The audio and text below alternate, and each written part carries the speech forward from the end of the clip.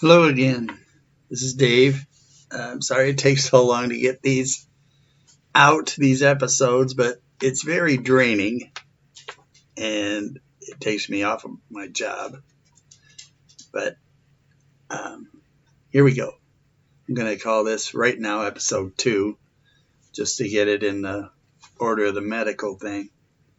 And it's going to be, You Think You've Got Problems.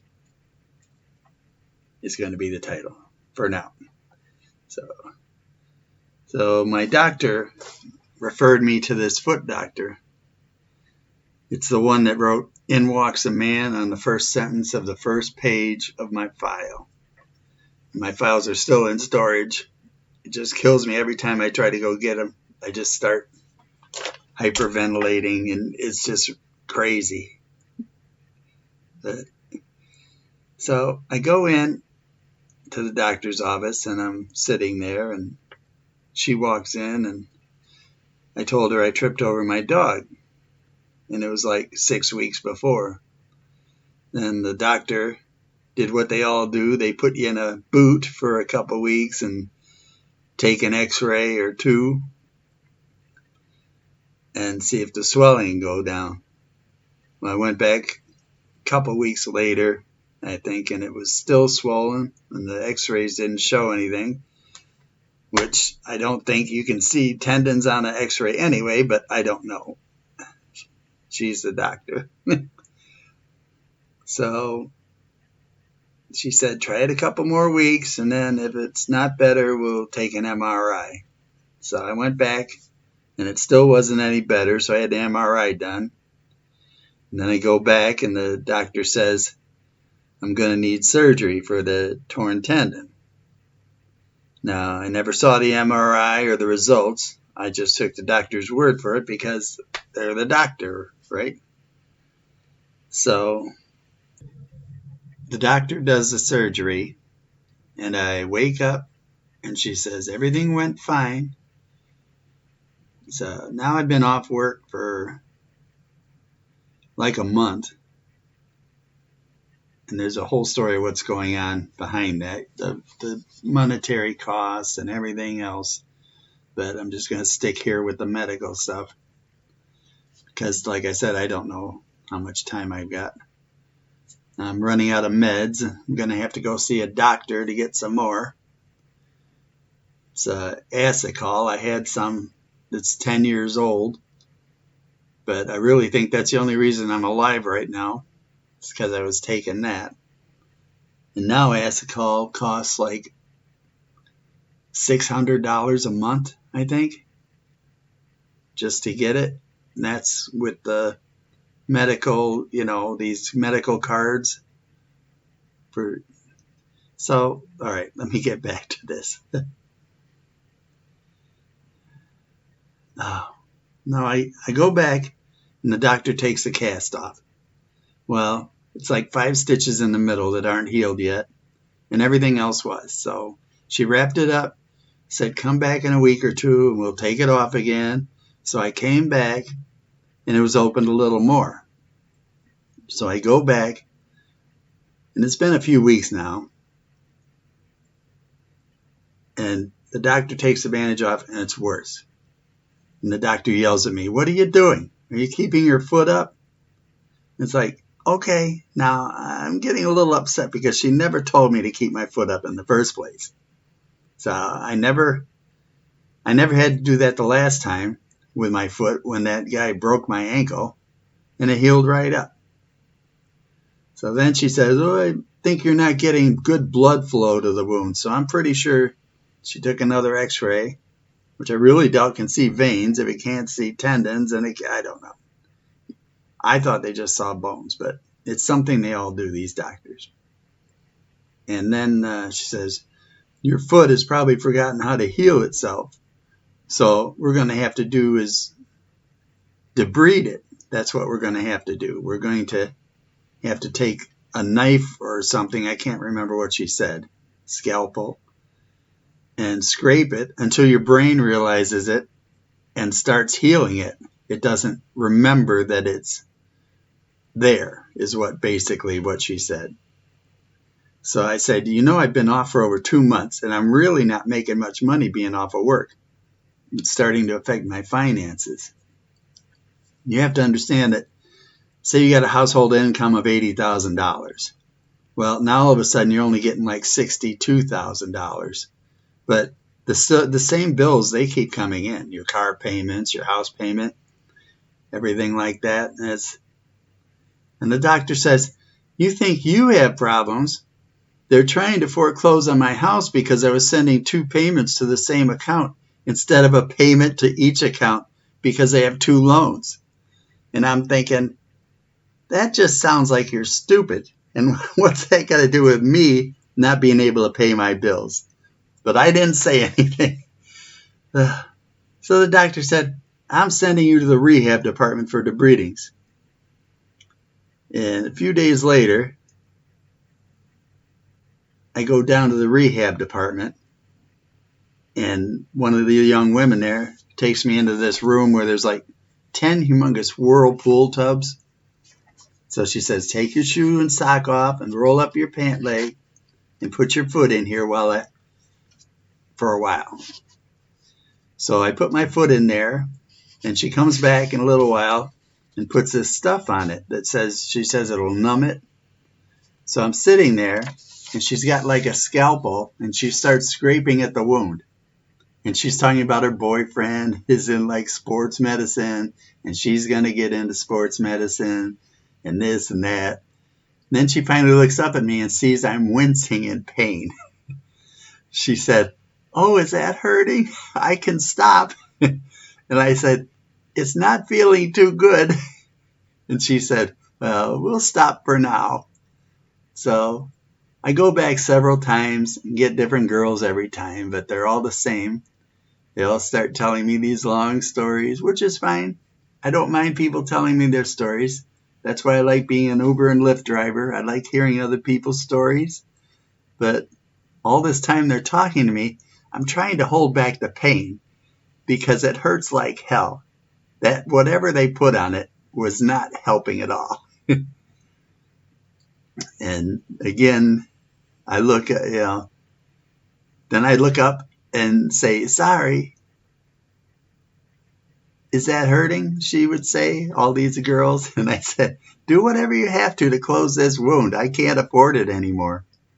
And they all were pretty upset. They said they'd try to be careful. And after weeks of debriding, my wound is getting bigger. And now there's a pussy stuff all around it. So I think this is when I went to see the foot doctor. And she said, I don't know what's wrong. I'm sending you to a vascular doctor.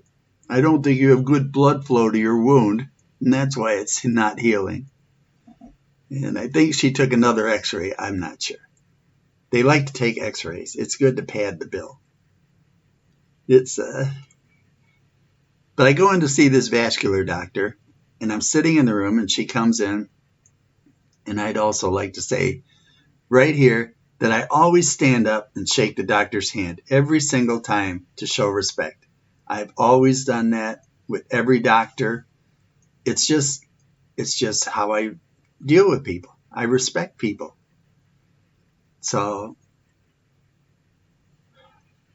it's just, she looks at the wound and she pokes at it. And then she said, there's nothing wrong with your blood flow. Any doctor could see that there's plenty of blood flow to that wound. So I had to go back to the foot doctor again. And the doctor said, I don't know what's wrong with you. We'll do one more round of the whirlpools and debriding. So I can't tell you how many times they put my foot in one of those whirlpool tubs. When I get my records, which I'm going to try and do very soon, I'll let you all know. But it was weeks and weeks. And then finally a man who said he was in charge of the rehab department came in, and the wound was huge by then. It went from a tiny little slit, about 1/4 of an inch long, it's like the size of a peach pit or bigger, and it's full of this pus, and it really smelled bad. And the supervisor, he came in and he said, that not only looks bad, it smells real bad. I think you better go see your doctor. And I'm going to go send your doctor a message right now we're not going to take you anymore. Something is very wrong with your foot. So I think it was the next day, a Friday, I get a call into the doctor's office, and the doctor says again, I don't know what's wrong with you. This is ridiculous. I don't know why this won't heal. I'm going to send you to an infectious disease doctor. So the doctor pulls out this little Q-tip and swabs the wound, and puts it in a little bag, and says somebody will call you to tell you when to go see the infectious disease doctor. Right after you see that, doctor, I want you to come back and see me immediately. So I'm like, finally, I'll get to see somebody else because this doctor's an idiot. So it was Monday morning, or the next business day. It was Monday morning, I'm pretty sure. I get a phone call in the morning, and it's the infectious disease doctor's office saying I need to come in right away. So I think it was around noon or close to it. And of course, Mary went with me because she had to go with me to all these places. I just hyperventilate if I go into a place that I've never been before. Once I've been there a few times, even like a Jewel or anywhere, a restaurant, I have to either go in and leave real fast and then go a little farther the next time and then go out. Otherwise, I can't breathe. So she came with me. And then, where am I? Sorry.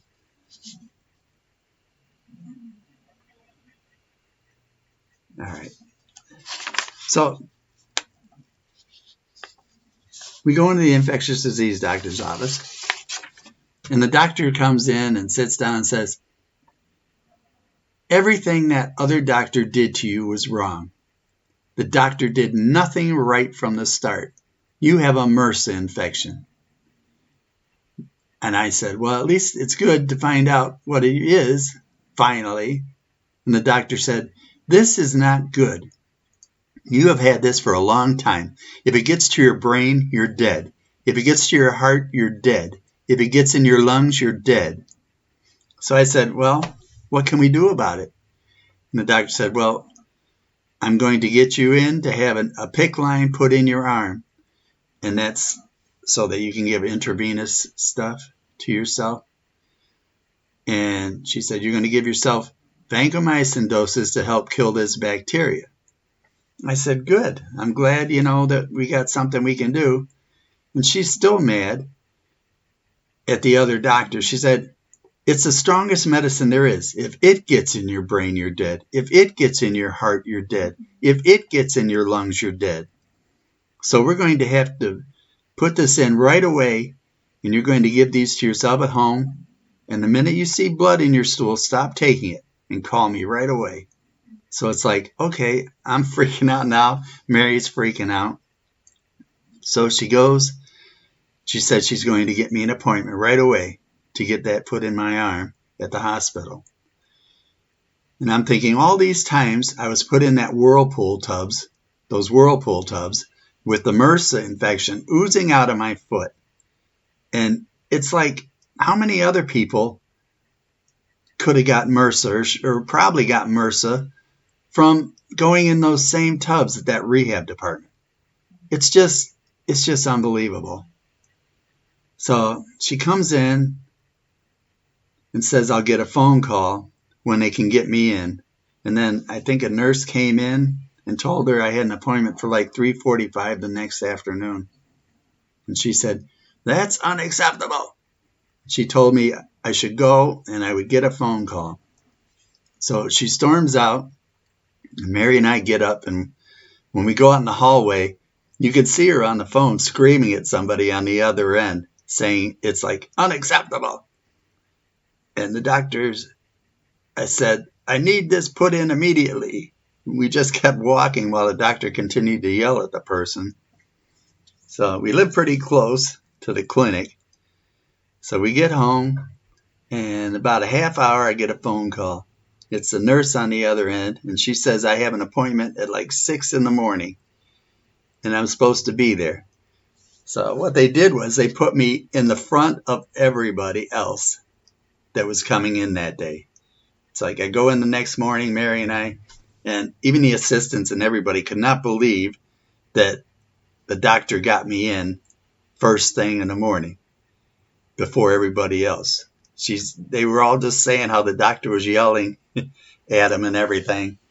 And it's like, it must be pretty bad if she was able to do that when it sounds like nobody else is able to.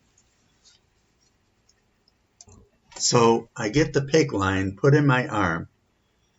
And first of all, by the time I get home, I take off my coat and the PICC line is just bleeding all over inside my coat. So I call them back up over at the hospital. They say, oh, come back in, we'll fix it. So I go back in and they take me into this room and it's real dark. It's like there aren't hardly any lights on. It's like a storage room or something. And she has me sit right inside the door. And I look over and there's this little old lady. She's like really skeleton-y, like, and she's got like one little light on her face and her mouth is open. She looks like she's about to die. So the woman comes in and starts cleaning up my arm and retaping it so that needle doesn't move and start bleeding again. And I asked her, I said, who's that woman over there? She said, oh, that's so-and-so. She didn't have insurance or money for a room, so she's just being watched right there. And I guess at least they didn't throw her out or something just for not having money. And she does look like she's about ready to die. So I don't know where else you keep somebody like that. I don't know. But, all right, so I'm getting vancomycin. And there's this woman, she comes over and she shows me how to my house and shows me how to hook it up and everything. And it really is just a pressurized ball. So all you got to do is click it on and the line on, and it just does it all by itself. You don't have to hang it up or anything. So you get like 4 feet of line that it runs through. So I just put the bag in one pocket inside my coat and then run it through my back down to my other arm. And I could pretty much go wherever I wanted. So they'd have this woman. She'd come to my house, the one that showed me how to put the thing in. And she'd check my blood and take my blood and then check my vitals. And this one went on for like a few weeks. And it's time to go see the infectious disease doctor again. So I go and see her, and she's looking at my test results, and she said, well, everything looks really good, but we're going to try one more round just to make sure. And remember, if you see any bit of blood in your stool, you call me right away, and don't take any more vancomycin. So I think I had maybe 1 or 2 more of the balls of Vanco, and I went to the bathroom. And sure enough, there's some blood in my stool. So I called the doctor's office right away. She said, don't take any more. Come in and see me. You don't need an appointment. Just come in. So I get there, and I went by myself this time because by now I got used to going to that part of the hospital, the clinic.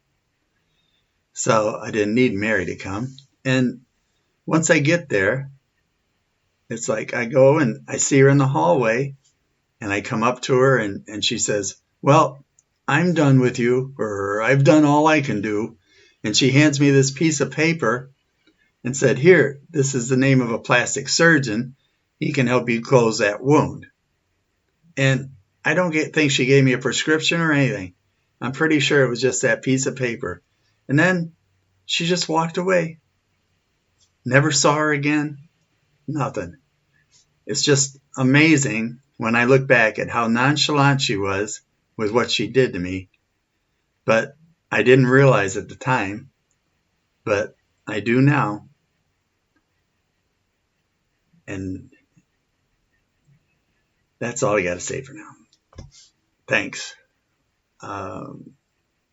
It really does get overwhelming, but the next episode will be where I'm at right now and why I can't go see a doctor, because I don't trust them anymore. And I just want to say, while it feels pretty good to get this out of my system after all these years, it's still not just about me. Other people went to that rehab place. Other people must have used them whirlpools and might have got a MRSA infection. The hospital that I was operated in, it's just some of these people, doctors and nurses and everything else, they just don't care. They just don't care at all. And I want to get my story out for them. So if you know anybody else from around here or whatever that ever got a MRSA infection or had vancomycin and had bad effects from it, I want to know. I'd like to know. I'd like you to share my story so we can get this out, because I can't be alone here. I can't be the only one they've done this to. And if it doesn't come out, then it's just going to keep happening. And this shouldn't happen to anybody. It shouldn't happen to anybody. All right. Till next time. Bye.